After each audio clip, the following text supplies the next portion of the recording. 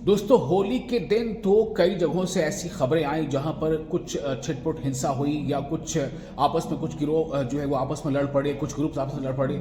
लेकिन हिमाचल प्रदेश से एक खबर काफ़ी चिंता बढ़ाने वाली है। वहां से खबर यह है कि हिमाचल प्रदेश में जो एक पूर्व विधायक है, उनका नाम है बंबर ठाकुर। बंबर ठाकुर के घर पर जानलेवा हमला किया गया और इस हमले की पूरी जो वारदात है वो सीसीटीवी में कैद हो गई है। बंबर ठाकुर पर उनके उनके घर पर जानलेवा हमला किया गया। उस समय बंबर ठाकुर वहां मौजूद थे और इस हमले में यानी जो गोलीबारी हुई इसमें उन्हें एक गोली लगी है और उनके जो पीएसओ हैं उनको 3 गोलियां लगी हैं। उनका फिलहाल आईजीएमसी में इलाज चल रहा है और ये इस हमले ने काफ़ी वहाँ एक राजनीतिक भूचाल पैदा कर दिया है। बीजेपी इस पर हमलावर है। बीजेपी ये कह रही है कि जो लॉ एंड ऑर्डर है उसकी हालत बिल्कुल ख़राब हो चुकी है। जो पूर्व विधायक भी जो है वो कहीं महफूज नहीं है, उसके घर पर हमला हो जाता है। सीसीटीवी में पूरी वारदात कैद हो गई है, किस तरह से रिवॉल्वर ताने फायरिंग होती है वहाँ पर। एक गोली बंबर ठाकुर को भी लगी है और 3 गोली उनके पीएसओ को लगी है।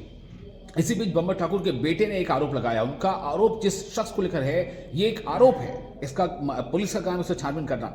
आरोप लगाया है कि एक बीजेपी के नेता हैं त्रिलोक जम्वाल, उनका कहना है कि त्रिलोक जम्वाल की वजह कर ही उन पर यह हमला किया गया है। कहीं ना कहीं उनका ही हाथ है, चूंकि उनके बेटे का आरोप है कि इससे पहले भी बंबर ठाकुर ने यानी कि उनके पिता ने जो है इसको लेकर के अपनी जान को खतरा बताया था और ये बताया था कि मुझे किससे खतरा हो सकता है। अब देखना ये होगा कि इस पूरे मामले में क्या सच्चाई सामने आती है। फिलहाल उनका इलाज चल रहा है। इसको लेकर खुद जो मुख्यमंत्री हैं सुखदेव सुक्खू, उनका यह कहना है कि इस मामले के तहत तक हम जाएंगे और पूरी छानबीन होगी और जो दोषी होगा वो बख्शा नहीं जाएगा। जबकि जो जयराम ठाकुर हैं, नेता विपक्ष, वो ये कह रहे हैं कि इस घटना ने हिमाचल प्रदेश के लॉ एंड ऑर्डर की धता बता दी है कि किस तरह से लॉ एंड ऑर्डर की स्थिति यहाँ बिल्कुल खस्ता हाल है।